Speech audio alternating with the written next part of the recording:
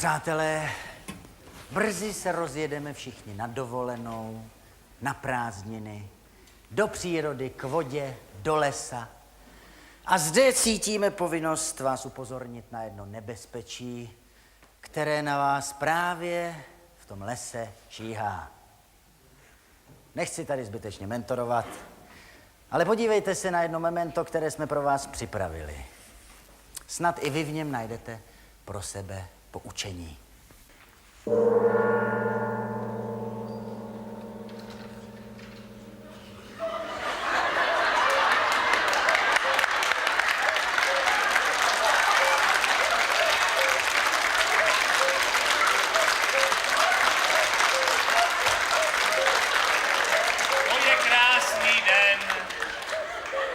To je pohoda, to je počasíčko.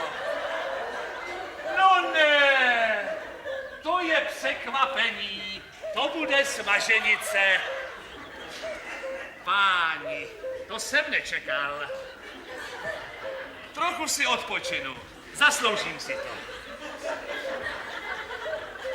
Jen aby mě nenapadlo nějaké klíště. To by bylo nepříjemné. Snad budu mít štěstí. To je zvláštní. Takovou dobu chodím po lese, ještě mě žádné klíště nenapadlo.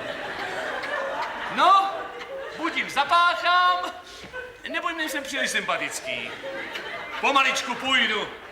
Tak pojďte vy lišky, semenáci, pojďte. To bude mít Januš radost. Mámo, už jsem doma. Táto, neseš něco? To budeš koukat, co nesu. To je krása. Viď? Sedni si ke stolu, ať si trochu odpočineš. Máš pravdu, jsem trochu unavený. To dělá ten čerstvý vzduch. Ty taky, táto, pořád lítáš po tom lese, aby si nechytl nějaké klíště. Víš, co jich tam běhá? Prosím tě, nesíčkuj. No, pro jistotu tě prohlédnu. Ano, má.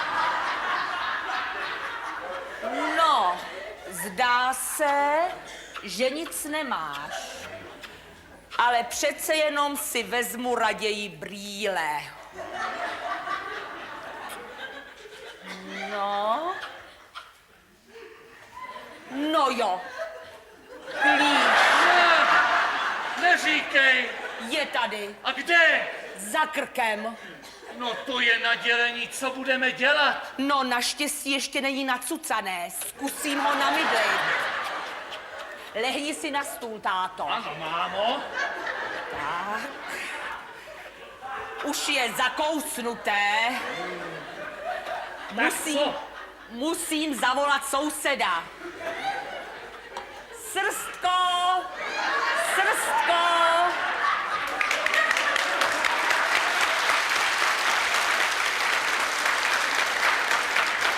Co plaké, sousedko? Nějaký problém? Proč tady leží tak natažené? Snad není nemocný. Chytil klíště. Kde? V lese. Ale kde ho má? No tady, za krkem. Já nic nevidím. Půjčte si moje brýle. No jo, je tam. To by chtělo petrolku. Zkusíme ho vykroutit. Musíme opatrně. Ať mu neutrhnete hlavičku.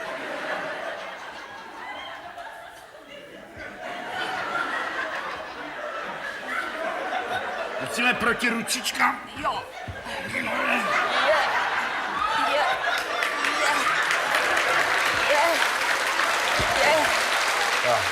A je venku.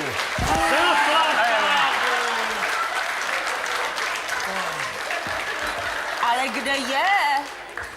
Asi někam zapadlo. Tak děkujeme, sousede. Děkujeme, sousede. Tak já jdu. A kdyby něco, tak mi zavolejte.